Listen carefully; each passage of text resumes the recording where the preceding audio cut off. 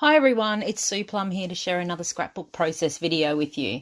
Today's layout that I am sharing is actually a pocket page, and it was created for Cocoa Vanilla Studio using the new No Limits collection. Now, I have already shared a number of projects using this collection because I absolutely love it. And for today's layout, I actually decided to tackle the subject of sports photos. Now, if you are the mum of a sporting child, you would probably have some photos like this in your photo stash, and you are looking for some ideas on how to get them documented. Now, there are only so many photos you can get onto a traditional 12 by 12 layout, which is why I have opted to do a pocket page with these photos. Now, I've got a few tips and tricks when it comes to scrapping sports photos so that not every layout ends up looking the same with your kid kicking the ball or hitting the ball or swimming in the pool and things like that. So let's get to my pocket page process first. Now, the sleeves that I am working with here are actually Becky Higgins sleeves, and they are design A. And they are the design that I would recommend. So they have two 6x4 pockets at the top. They have a row of four 4x3 pockets across the center, and then they have two 6x4 pockets at the bottom. Now, the reason I recommend this particular design of pockets is because it's very easy, if you want to make those 6x4 pockets into two 3x4s. And it just gives you a lot of flexibility, I think, this design, and it allows you to get a lot of photos in, allows you to use landscape photos, portrait photos, you name it. So, getting to my process. The first thing I've got to do is I always get my photos into the sleeves first, lay them out exactly how I want them to appear.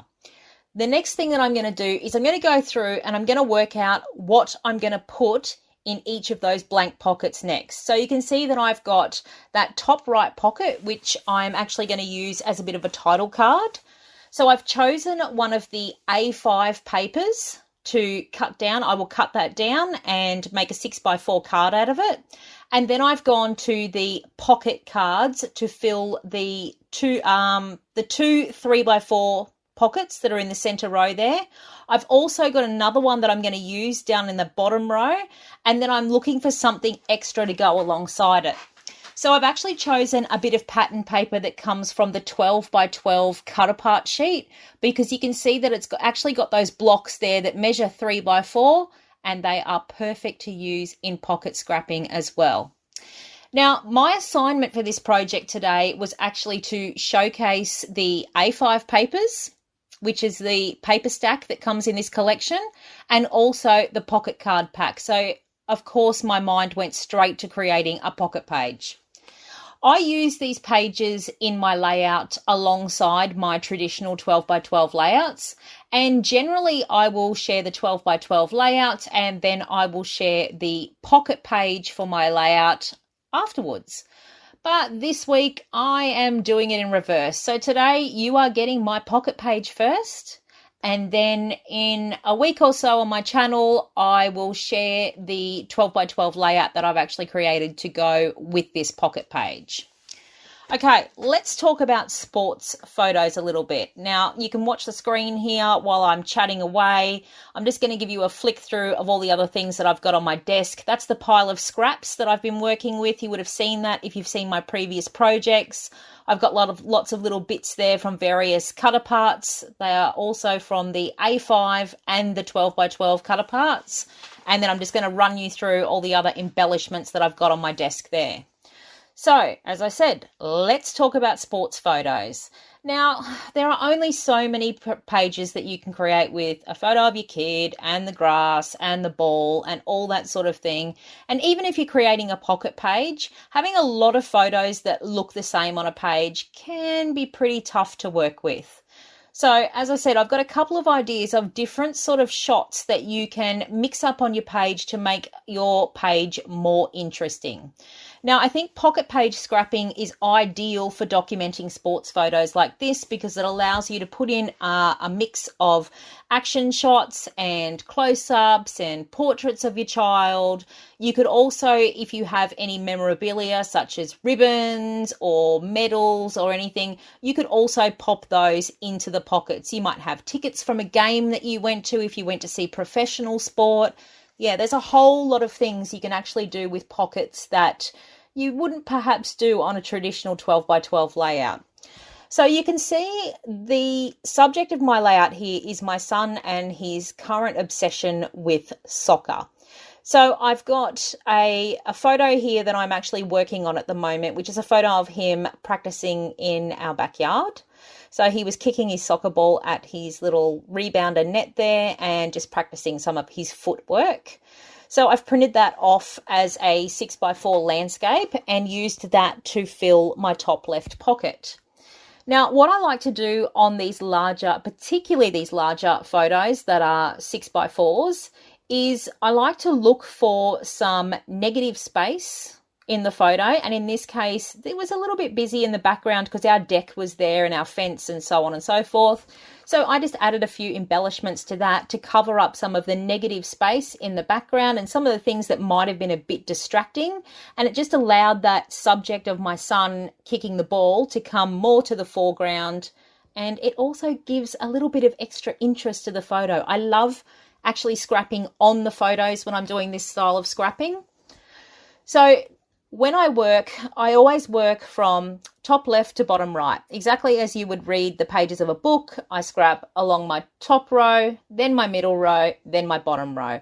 Very occasionally you'll see me jump around or jump ahead if I get an idea or I see something that I know is going to be perfect for something that's coming up. But generally I will work from top left to bottom right, and I will do it very methodically. So for this title card that I've got up in this corner, I've got, as I said, one of the A5 papers that I have cut down to measure 6x4. It's got that beautiful starry print on it, and there was a bit of a theme of stars running through this page. I used some of the die-cut title words over the top of that, and I love the fact that they are so bold over the top of the pattern. So you still see those words come to the fore with the pattern behind. I also added a little arrow sticker from the accessory sticker sheet, and I've added a small star from the puffy sticker set as well. Now, I went to slip that card into the pocket and I thought it was missing something, and I added a little doodle border just with a Sharpie around the edge, a black border, tied it all together, finished, into the pocket. So, middle row, I had that 3x4 card that said fun, fun, fun. That was pretty busy on its own, and I didn't want to do anything to that one, so I left it alone. In my next pocket, I had this small 3x4 photo. Again, it was taken in the backyard. It was of my son and his twin brother. They were actually practicing soccer together. But I had a lot of space in the foreground with all of that grass, and just to add some interest to that photo, I added a little phrase and a couple of stars, and that one was done too. My next pocket was that journaling card, which I took away to my typewriter and I added my typewritten journaling to. I stuck on a little phrase from the A5 cut apart sheet, and that one was done as well. Easy as that. See how easy these pocket cards make pocket pages. Now I have this portrait photo of my son right after he'd gotten his hair cut. I did want to add a little bit of something to it, so I just decided to use some more of those beautiful star-shaped puffy stickers, which are my absolute favourite thing from this collection. So you can see that I have broken up those sports photos there by adding in a portrait photo of my son, because the haircut was part of the story. And I also added in a close-up of his soccer boots. So if your kid plays football, soccer, whatever it might be, a close-up shot of their boots is always a great shot to put in on your page. If your child is a swimmer, maybe take a close-up photo of their cap and goggles stacked up on the edge of the pool. If your child plays netball, maybe take a close-up photo of their hands on the ball. Just something to break up all of those far away shots of the kid kicking the ball or hitting the ball or running or whatever it might be, have a look at some of their equipment and pop a close-up photo in there, because you can see that it really makes the page. Okay, so racing ahead here, I've done another journaling card for the bottom row there, which was that shoot for the stars one that told more of the story. Again, I've added one of those little phrases from the A5 cut apart sheet. And now I'm looking at that card next to it, which was the patterned paper from the 12 by 12 cut apart. And I don't want this one to be too busy, because there's already quite a lot of text and a lot of things to look at. So I wanted to keep it simple. And it had that print on it that sort of looked like a target. And the fact that I put it next to the one that said shoot for the stars, I thought was perfect. I just added a large star that I fussy cut from the 12 by 12 sheet right into the middle of it, and added those 2 phrase stickers that said can't stop and won't stop, because I was talking about his obsession with soccer. Now, the last thing I had to do here was that close-up photo of his boots. I fussy cut a couple of the little painted stripes that came from the 12 by 12 cut apart. I pulled out one of my roller stamps, and I just repeatedly stamped the best ever.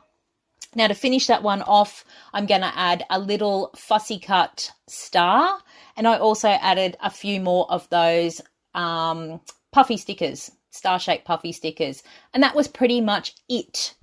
Now, I hope I've given you some ideas to document some of those sports photos that you might have. If you have any questions, don't hesitate to put them in the comments below. Thank you so much for watching today. I hope you've enjoyed this process. And as I said, on my channel in about a week or so, I will share the layout that goes with this pocket page, which is a traditional 12 by 12 page. Thanks so much for watching, everyone. I will see you next time. Bye.